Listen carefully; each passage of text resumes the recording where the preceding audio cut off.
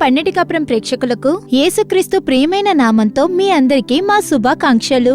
మళ్ళీ ఈ పన్నెటి కాపురం కార్యక్రమం ద్వారా మిమ్మల్ని కలుసుకోవడం మాకు చాలా సంతోషంగా ఉంది.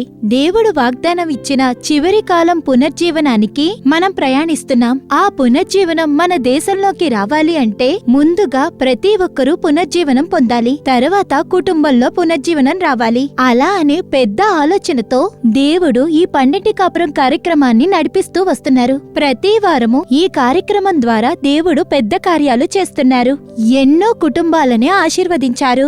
దానికోసం దేవుడికి కృతజ్ఞతలు చెప్పాలి. ఈ రోజుకు కూడా మిమ్మల్ని మీ కుటుంబాలని కలిసి ఆశీర్వదించాలని దేవుడు ఇష్టపడుతున్నారు. మీ సమస్య ఏదైనా సరే దాన్ని మార్చి సంతోషం ఇవ్వడానికి దేవుడు శక్తివంతంగా ఉన్నారు. ఇప్పుడు మీరు ఆతృతగా చూస్తున్న జ్యోతి యొక్క నాటకం.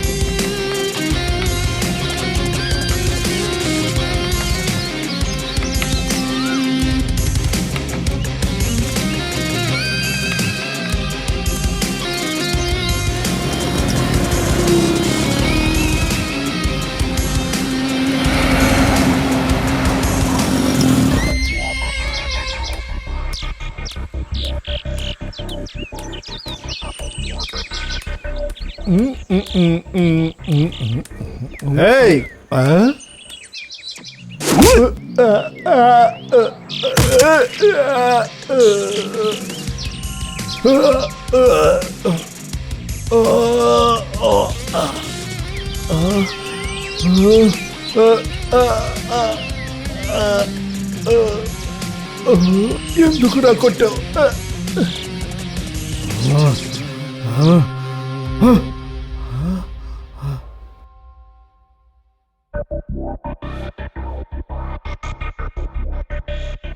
ఛే, ఇప్పుడు కొద్ది రోజులుగా ఎప్పుడు చూసినా కోపడుతూనే ఉన్నానే. కళ కూడా అదే విధంగా వస్తుంది.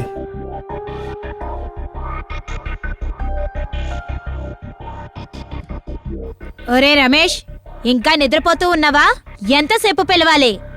ఎందుకు ఇప్పుడు అరుస్తున్నావు? లెగ్సే ఉన్నానుగా. నువ్వేరా అరుస్తున్నావు? నువ్వే కోప్పడుతున్నావు. ఇదంతా బాగాలేదు, చూసుకో. అంతా నాకు తెలుసులే.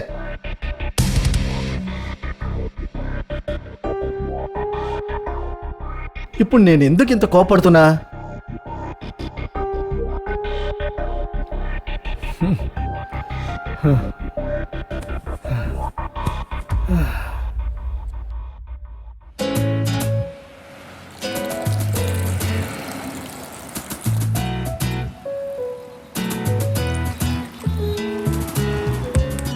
అన్నా, షుగర్ తక్కువగా ఒక లెమన్ టీ.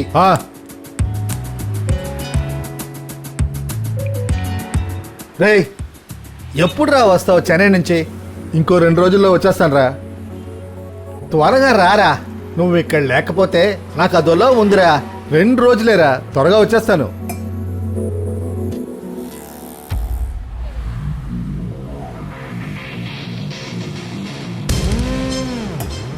షుగర్ తక్కువేమనగా ఇంత ఎక్కువ వేసి ఇచ్చావేంటి? సారీ బాబు, టీ మారిపోయింది. వేరే టీ వేసిస్తాను. టీ మారిపోయిందా? ఎందుకు ఇలా చేస్తున్నావు నువ్వు? రే, చెప్పరా, ఇంత కోపడుతున్నావేంట్రా? ఒక టీయే కదా, ఎందుకు ఇంత కోపం? సరేరా, నువ్వు ఫోన్ పెట్టు. Sir, tea.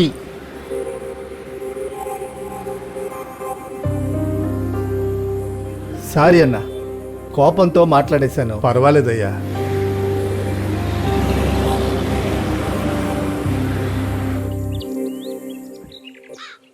బాబు, మంచి సంబంధం వచ్చింది. మాట మాటికి మోసం చేయొద్దు. నా దగ్గర అసలే డబ్బులు లేవు. నువ్వు డబ్బులు ఇవ్వాల్సిన పని లేదు. నేను నీకు ఇవ్వాల్సిన దాన్ని కట్ చేసుకో. అమ్మాయి వాళ్ళని కనుక్కున్నా. మంచి అమ్మాయి, మంచి కుటుంబం. నాకు ఉద్యోగం లేదని వాళ్ళకి చెప్పారా? చెప్పాను. అబ్బాయికి పని లేదా? అయితే పర్వాలేదన్నారు. నేను పని లేకుండా ఊరి మీద తిరుగుతున్నానని వాళ్ళకి మీరు చెప్పేశారన్నమాట. ఏంటయ్యా ఇలా మాట్లాడుతున్నావు? మీరేగా నన్ను తక్కువ చేసి మాట్లాడారు. నేనెక్కడయ్యా నేను అలా మాట్లాడాను? అబ్బాయి ఉద్యోగం ఎత్తుకుంటున్నాడు. త్వరలోనే ఉద్యోగం దొరుకుద్దనే కదా చెప్పాను. అవుట్నే మాట్లాడగా. నీ గురించి నాకు తెలీదు. డబ్బు కోసం నువ్వు ఏదైనా చేస్తావు. ఏంటి రమేష్ ఇలా మాట్లాడేశావు? అంత దిగజారిపోయానా నేను? అలా మాట్లాడేసేవేంటయ్యా? ఏంటి రమేష్, ఎందుకు గొడవ పడుతున్నావు?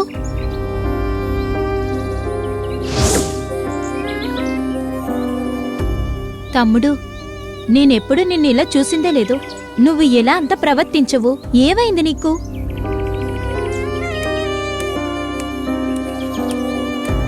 అంకుల్, మీరేది మనసులో పెట్టుకోకండి. తన సమస్య ఏంటో తెలీదు. తెలియకుండా మాట అనేశాడు. సరేనమ్మా.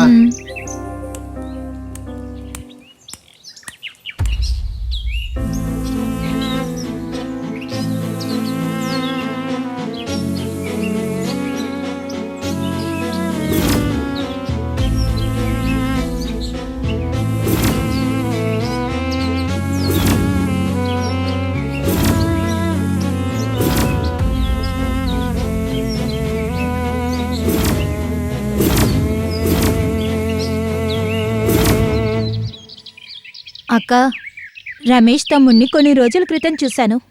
మనిషే మారిపోయినట్టు తెలుస్తుంది. ఏం సుబి, వాడికి ఏమైంది? తమ్ముణ్ణి ఎప్పుడు ప్రశాంతంగా ఉన్నట్టే చూశాను, కానీ బ్రోకర్ దగ్గర చాలా కోపంగా మాట్లాడాడు. వాడు చూడ్డానికి చాలా కోపంగా కనిపిస్తాడు. రమేష్ అలా ప్రవర్తించాడు? నేను నమ్మలేకపోతున్నాను. నేను కూడానక్క. మీరే కదా వాడితో మాట్లాడుతూ ఉంటారు. మీ మాట వినే కదక్క వాడు మారిపోయాడు. ఇప్పుడు ఏంటో తెలీదు. మీరు మాట్లాడి చూడండక్కా. ఖచ్చితంగా సుబి, వస్తాను.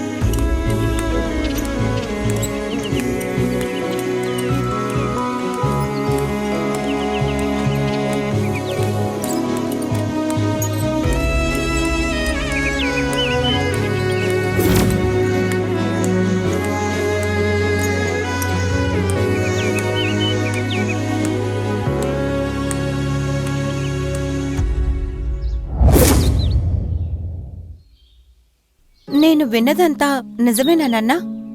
ఎందుకో తెలియట్లేదక్క. ఎందుకు నేను ఇలా ప్రవర్తిస్తున్నానో నాకే తెలియట్లేదు. ఇప్పుడు కొద్ది రోజులుగా ఏది చూసినా, ఎవరితో మాట్లాడినా కోపమే వస్తుంది. మాట్లాడిస్తున్నా, తర్వాత బాధపడుతున్నాను. ఏం చేయాలో అర్థం కావట్లేదక్క. నీ మీద తప్పులేదు నాన్న. నీ పరిస్థితి అలాగా. నీకు ఉద్యోగం లేదు, పెళ్లి కూడా అవ్వలేదు. ఇలా అన్నీ నెగటివ్గా ఉన్నాయి. నువ్వు వాటి గురించి ఆలోచిస్తూ ఉన్నప్పుడు నీకే తెలియకుండా నీ స్వభావంలో మార్పులొస్తున్నాయి.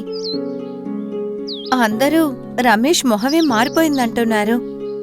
మొహం ఎప్పుడు మారుతుందో తెలుసా? చిరాకు వచ్చేటప్పుడే. అవును నాన్న, ఎప్పుడూ చిరాకులోనే ఉన్న వాళ్ళ మొహం చూస్తే విచిత్రంగా ఉంటుంది, చీకటిగా ఉంటుంది. దేవుడు కాయిన్ దగ్గర నీ మొహం ఎందుకు విచిత్రంగా ఉంది అని అడిగారు. ఎందుకు కాయిన్ మొహం విచిత్రంగా కనిపించిందో తెలుసా? వాడిలో ఉన్న చిరాకు. అందువల్లే సూర్యుడు అస్తమించేలోపు చిరాకు తగ్గాలి అని వాక్యములంటున్నాయి. యోనా దగ్గర నీ చిరాకు మంచిదా అని దేవుడు అడిగారు తెలుసా? రమేష్, చిరాకు మంచిది కాదు నాన్నా. అది నీకు మంచిది కాదు, నీ చుట్టూ ఉన్న వాళ్ళకి ప్రమాదమే. నువ్వు నీ పరిస్థితులు మాత్రం చూడకు. నీ వల్ల కాదు అని అసలు ఎప్పుడూ నువ్వు అనుకోకు. దేవుణ్ణి చూడు నాన్నా. ఈరోజు కొన్ని కుటుంబాలలో బంధాల్లో కనిపిస్తున్న చిరాకు పెద్ద బాధింపుల్ని తీసుకొస్తున్నాయి. రమేష్, నువ్వు కూడా ఆ స్వభావానికి చోటివ్వకు నాన్నా.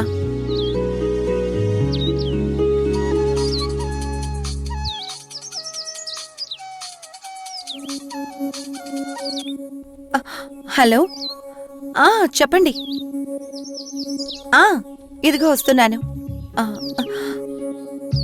రమేష్, అక్క నీతో రేపు మాట్లాడినా ఖచ్చితంగా రావాలి. ఇప్పుడు కాలేజ్ నుంచి నాకు ఫోన్ వచ్చింది. నేనిప్పుడు బయలుదేరాలి నాన్న. సరే అక్క, వస్తాను.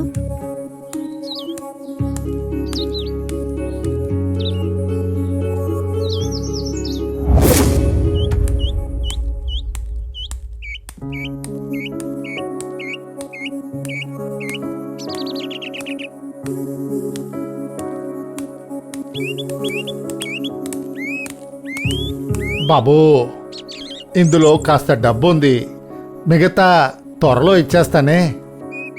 అన్నా అన్నా అన్నా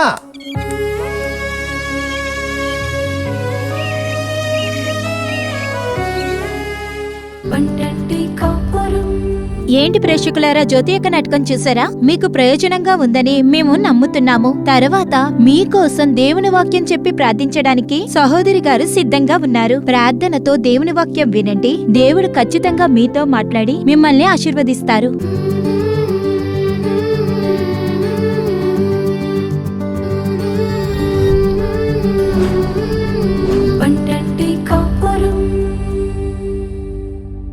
క్రీస్తు యందు ప్రియమైన వారలారా, ప్రియమైన దేవుడు యేసు నామమున మీ యొక్క పండంటి కాపురం కార్యక్రమానికి ప్రేమగా ఆహ్వానిస్తున్నాం. మేము చాలా ఆనందిస్తున్నాం. ప్రతి వారము ప్రసారమయ్యే ఈ కార్యక్రమం మీకు, మీ కుటుంబానికి మిక్కిలి ఆశీర్వాదంగా ఉంటుందని మేము నమ్ముతున్నాము. చాలా మంది చెబుతున్నారు, వారి మాటలు వింటున్నప్పుడు మేము నిజంగానే యెహోవాని స్తుతిస్తున్నాము. మన కుటుంబంలో ప్రతిరోజు మనం ఎదుర్కొంటున్న జీవితంలో జరిగేటువంటి ఆ కార్యములు మన జీవితానికి దేవుడు ఇచ్చేటువంటి సలహాలు ఎంత ప్రయోజనంగా ఉన్నాయని మేము తెలుసుకొని యెహోవా నామాన్ని మహిమపరుస్తూ ఉన్నాము. ఈ రోజున మన దేవుడు మనతో మాట్లాడి మనకిచ్చే ఒక సలహా ఏంటంటే, చిరాకు మంచిదా? మనిషిలో కనిపించేటువంటి ఎన్నో స్వభావాలలో ఒకటి చిరాకు. ఆ చిరాకు మంచిదా అని ఒక ప్రశ్నతో కూడా ఈ విషయాన్ని మనం తెలుసుకోవడానికి చాలా ముఖ్యమని అనుకుంటున్నాం. నాకు ప్రియమైన వారలారా, లేఖనంలో కూడా ఈ మాట రాయబడి ఉంది. యోనా ప్రవక్త పుస్తకము 4వ అధ్యాయము 4-9 వాక్యాలలో దేవుడు యోనా వద్ద ఇటువంటి ఒక ప్రశ్నని అడుగుతున్నారు. అందుకు యెహోవా, నీవు కోపించుట న్యాయమా అని అడిగాను. 9వ వాక్యంలో చూడండి, అదే మాట రాయబడి ఉంది. అప్పుడు దేవుడు, ఈ సొరచెట్టును గూర్చి నువ్వు కోపించుట న్యాయమా అని అడిగాను. ఈరోజు ఈ మాటలు వింటూ ఉన్న దేవుని బిడ్డలారా, ఈరోజు దేవుడు మిమ్మల్ని చూసి ఈ మాటని అడుగుతున్నారు. నువ్వు కోపంతో ఉండడం మంచిదా? ఏదో ఒక కార్యంలో, ఏదో ఒక విషయంలో, ఏదో ఒక కార్యం మీ జీవితంలో ఒక స్వభావం, ఒక కోపాన్ని తీసుకొస్తుంది. దేవుడు అది చూస్తున్నారు. ఇది మంచిదా? అలా అడుగుతున్నారు. ఇది మంచిదా? నువ్వు కోపంతో ఉండడం మంచిదా అని దేవుడు అడుగుతున్నారు. ఎందుకో తెలుసా? కోపం మంచిదా అని మనిషిని చూసి దేవుడు అడుగుతున్నారు. కీర్తనలు 37:8 చదివి చూడండి. కోపము మానుము, ఆగ్రహమును విడిచిపెట్టుము. ఆగ్రహము, కోపము అనే ఈ స్వభావము ఒక మనిషిలోనికి దేనిని తీసుకొస్తుంది అంటే చెడు చేయడానికి ప్రేరేపణని తీసుకొస్తుంది. ఆగ్రహం అనేది కోపానికి ఉచ్చస్థాయి. వాడిని చూడ్డానికి చిరాగ్గా ఉంది, వాడి మొహం చూడ్డానికి ఇష్టం లేదు. అటువంటి ఒక ఆగ్రహం యొక్క అగ్రస్థాయి కోపము. ఈ కోపం దేనిని తీసుకొస్తుంది అంటే ముందు చెడు చేయడానికి మిమ్మల్ని ప్రేరేపించును. కోపము అనే స్వభావము ఇంకొకరికి విరోధంగా ఎలాగైనా వీడిని ఏదో ఒకటి చెయ్యాలి, ఏదో ఒక కార్యం చేసి తీరాలి, చెడు చెయ్యాలి, ఆ విధంగా ప్రేరేపిస్తుందట. మన మనసును ప్రేరేపిస్తుందట, మన హృదయాన్ని ప్రేరేపిస్తుందట. అయితే ఈ కోపం ఒక మనిషిలో చెడు చెయ్యడానికి ప్రేరేపిస్తుంది. అయితే వాళ్ళ మీద ఒక ద్వేషం, వాళ్ళ మీద ఒక చిరాకు, వాళ్ళని చూడ్డానికే ఇష్టం లేదు, వాళ్ళతో మాట్లాడడానికి ఇష్టం లేదు. ఇటువంటి ఒక కార్యాన్ని ప్రేరేపించడమే కోపం. చూడండి, ఇది మంచి క్యారెక్టరా? అందువల్లే దేవుడు చెబుతున్నారు, మనిషిని చూసి, యోనాను చూసి కూడా అడిగారు, ఈ రోజున యోనా, నువ్వు కోపంతో ఉండడం మంచిదా? అది మంచి కార్యమా? అలా అడిగారు. ఈ రోజు ఈ మాటలు వింటున్న దేవుని బిడ్డలారా, మిమ్మల్ని చూసి కూడా దేవుడు ఒకవేళ ఈ రోజున అడగొచ్చు, నువ్వు కోపంతో ఉన్నావు, నీ హృదయంలో ఎవరో ఒకరి గురించి ద్వేషము, ఎవరో ఒకరి గురించి చిరాకు, ఏదో ఒక విషయం కోసం, ఎప్పుడో జరిగిన విషయం కోసం, ఎప్పుడో జరిగిన పనుల కోసం, ఈ రోజుకి ఆ చిరాకుతో, ఆ కోపంతో, పగ తీర్చుకునే ఉద్దేశంతో ఎలాగైనా వాళ్ళని చెడగొట్టాలి, ఎలాగైనా వాళ్ళకి కీడు చెయ్యాలి, ఎటువంటి వాళ్ళని వదలకూడదు, ఆ విధంగా మీరు అనుకుంటున్నారా? ఈ రోజు దేవుడు ఇది మంచిదా, ఇది మంచిదా, నీకిది మంచిదా అని అడుగుతున్నారు. నువ్వు అందులోంచి బయటికి రావాలి. ఆ కోపము మంచి క్యారెక్టరో మంచి స్వభావం కాదు. అందులోంచి మీరు బయటికి రావాలి అని దేవుడగు యెహోవా ఇష్టపడుతున్నారు. దేవుడు దాన్ని ఇష్టపడి మనకిక్కడ చెప్పాలి అనుకుంటున్నారు. చూడండి, సామెతలు 6వ అధ్యాయం 34వ వాక్యాన్ని చదివేటప్పుడు, భర్తకి పుట్టు రోషము మహారౌద్రము గలది, ప్రతీకారం చేయు కాలమందు అట్టివాడు కనికరపడడు అని రాయబడి ఉంది. అయితే కోపం ఒక మనిషిలో చెడును ప్రేరేపించును, ప్రతీకారాన్ని ఏర్పరుస్తుందట. ప్రతీకారం అంటే ఏంటి? ఎవ్వరు చెప్పినా సరే వదిలే, దాన్ని ఎందుకు అంత పెద్ద విషయం చేస్తావు, అలా చెప్పినా కూడా వినరు. ఎవరు చెప్పినా సరే, ఏం జరిగినా సరే దానిని నేను ఏమాత్రం వదిలిపెట్టను. ఆ విధంగా ఆ కోపాన్ని ప్రేరేపించే ఆ కార్యము ప్రతీకారం తీర్చుకునే ఆలోచన తీసుకొస్తుంది. చెడు చేయాలనిపిస్తుంది, మూర్ఖత్వాన్ని తీసుకొస్తుంది, ప్రతీకారం తీర్చుకునే ఆలోచనని తీసుకొస్తుంది. అప్పుడు దేవుడు అడుగుతున్నారు, కోపం నీకు కావాలా? ఆ విధంగా అడుగుతున్నారు. చూడండి, ఒక రోజున ఒక సహోదరుడు ఒక చిన్న వయసులో ఉన్నప్పుడే అతని అమ్మ చనిపోయింది. చిన్న బిడ్డగా ఉన్నప్పుడే వ్యాధిలో ఆమె అమ్మ చనిపోయింది. తండ్రి ఏం చేశాడు అంటే ఇంకొక వివాహం చేసుకున్నాడు, సవతి తల్లి. అయితే ఆ తల్లి పెంపకంలో ఆ కొడుకు పెరిగాడు. ఆ చిన్నబ్బాయికి ఆ తల్లి వద్ద తాను ఊహించిన ప్రేమ దక్కలేదు, సొంత తల్లిలా లేదు. ఆ ప్రేమ గురించి ఆలోచిస్తే దొరకలేదు. అలా దొరకని పరిస్థితిలో ఆ సవతి తల్లి ప్రేమతోనే ఆ కుమారుడు పెద్దవాడయ్యాడు. పెద్దవాడయ్యాక ఆ తండ్రి కొడుకుకి ఒక పెళ్లి చేశాడు. అయితే వివాహ సమయంలో కూడా వచ్చిన భార్య కూడా, అంటే వాడు ఊహించిన ప్రేమ ఆ భార్య వద్ద కూడా దొరకలేదు. ఆ భార్య ఏం చేసిందంటే ఒక తప్పుడు సంబంధంలోనికి వెళ్ళిపోయింది. అయితే ఈ సహోదరుడికి ఒక కోపం, ఒక ఆగ్రహం. నేను చెప్పినట్టుగా అది వినలేదు, నేను ఊహించిన ప్రేమ నాకు ఇవ్వలేదు. ఆమెను చూస్తున్నప్పుడల్లా కోపం, ఆమెను చూస్తున్నప్పుడల్లా ఆగ్రహం. ఎలాగైనా దీన్ని కొట్టాలి, తిట్టాలి, పొడవాలి. కోపం అగ్రస్థాయికి వెళ్తుంది. ఇలా తప్పుడు పనులు చేస్తుంది అని. కానీ ఒక క్షణం ఆలోచిస్తున్నాడు. ఏం ఆలోచిస్తున్నాడంటే, దీన్ని వదిలేస్తే నాకు ఇంకొక మార్గం లేదు, నేక ప్రేమ చూపడానికి ఎవరూ లేరు, నన్ను ప్రేమించడానికి ఎవరూ లేరు, అటువంటి ఆలోచన వస్తుంది. కానీ ఆ తర్వాత వాడిలో ఈ ఆలోచన వస్తూనే ఉంది. కానీ వీడు ఓర్చుకొని దీన్ని వదిలేస్తే మనకి ఇంకొక మార్గం లేదే, పిల్లలున్నారు, అలా అని ఓర్చుకుంటున్నాడు. కాని మనసు లోపల ఆ కోపము, ఆగ్రహము, భార్యని ప్రేమించినట్టు నటించినా, ప్రేమ చూపినా, మనసు లోపల ఆ చిరాకు, ఇది నాకు ద్రోహం చేసిందే, నాకిలా చేసిందే, నన్ను నిజాయితీగా ప్రేమించలేదే, తప్పుడు సంబంధంతో నాకు ద్రోహం చేసిందే, అటువంటి ఆలోచన మనసులో ఉంటూనే ఉంది. కొద్ది రోజుల తర్వాత చూడండి, ఆ భార్యకి క్రూరమైన వ్యాధి వచ్చింది. ఇప్పుడు వీడి మనసులో అనుకుంటున్నాడు, నేను శిక్ష ఇవ్వలేదు, దేవుడే దానికి ఇచ్చేశారు. ఇప్పుడు చూడండి, నాకు ద్రోహం చేసింది, దేవుడే దానికి శిక్ష వేశారు. ఆ విధంగా మనసులో అనుకుంటున్నాడు. నేను ఏమీ చెయ్యకపోయినా దేవుడు వదల్లేదు, శిక్షించేశారు. కొద్ది రోజుల తర్వాత వ్యాధితోనే ఆమె మరణించింది. ఆమె మరణించినా కూడా ఆ మనిషి లోపల భార్య గురించి ఉన్న కోపము, ఆగ్రహము పోనేలేదు. ఆ ఆలోచన మనసులో ఉంటూనే ఉంది. చూసారా, మనిషి కోపము పగ తీర్చుకున్నా కూడా, ఆ భార్య చనిపోయినా కూడా ఆ కోపము మనసులో నుండి తొలగలేదు. ఆ కోపం అంత పెద్ద మూర్ఖత్వాన్ని, కోపాన్ని, ప్రతీకారాన్ని ప్రేరేపించే శక్తినిస్తుంది. అందువల్లే దేవుడు మనిషిని చూసి అడుగుతున్నారు, కోపంతో ఉండడం మంచిదా అని అడుగుతున్నారు. చూడండి, ఆ మనిషి దేవుడు యేసుకు తన జీవితాన్ని అప్పగించినందువల్ల ఆ కోపం గల స్వభావము ఆ మనిషిలో నుండి బయటికి పోయిందట.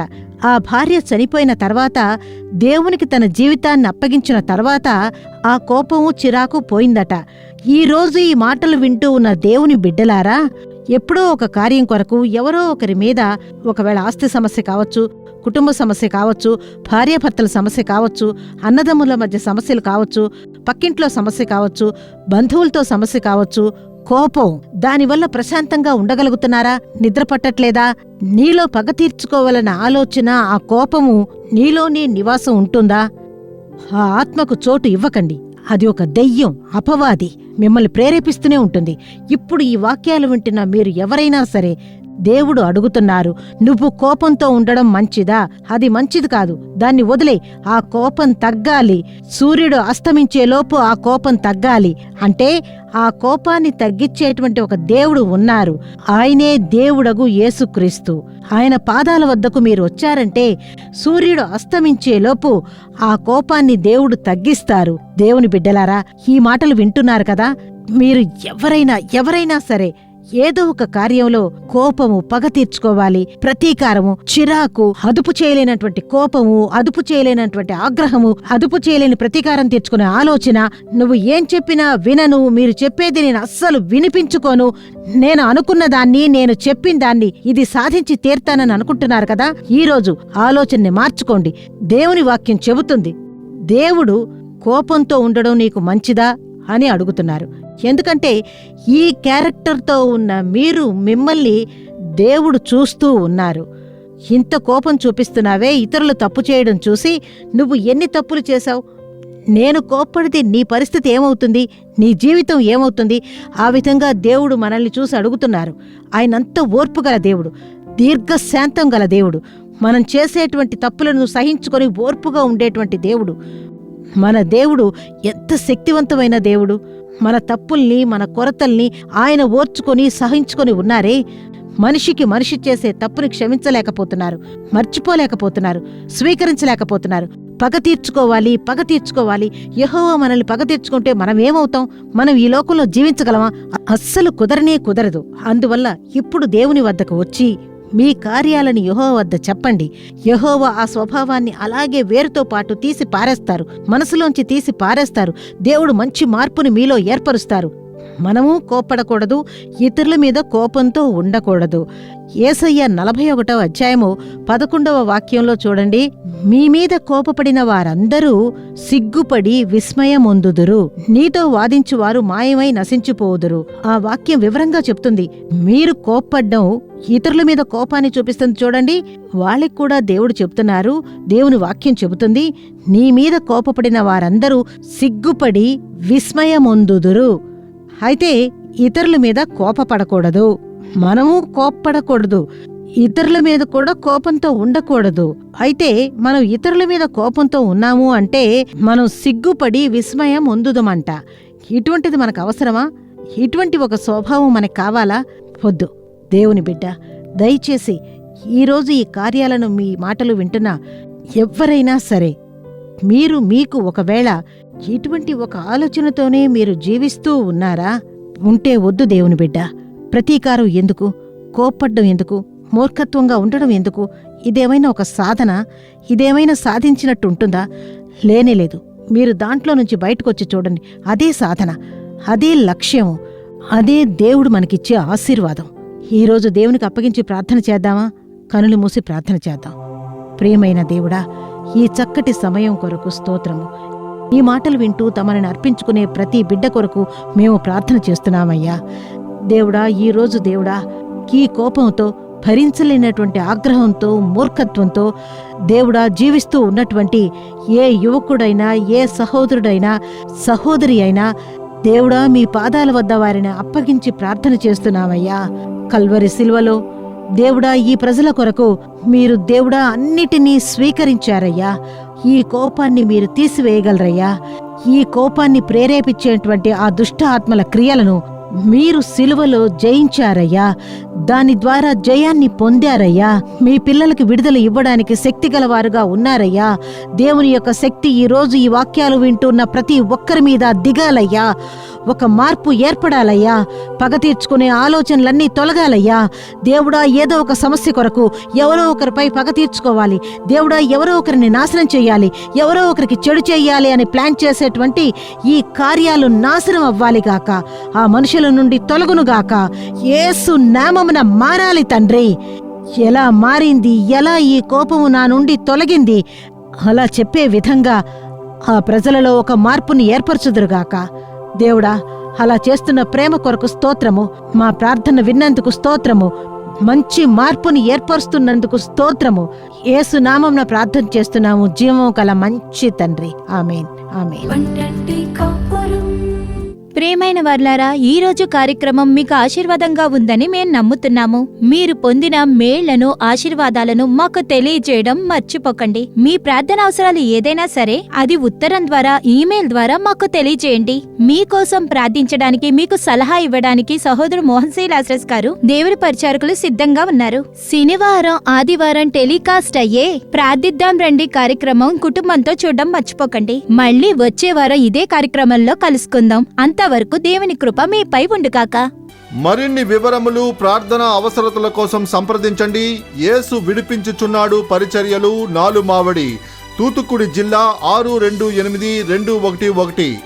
మా ఫోన్ నంబర్లు 9487734603, 8106072222, info@jesusredeems.org.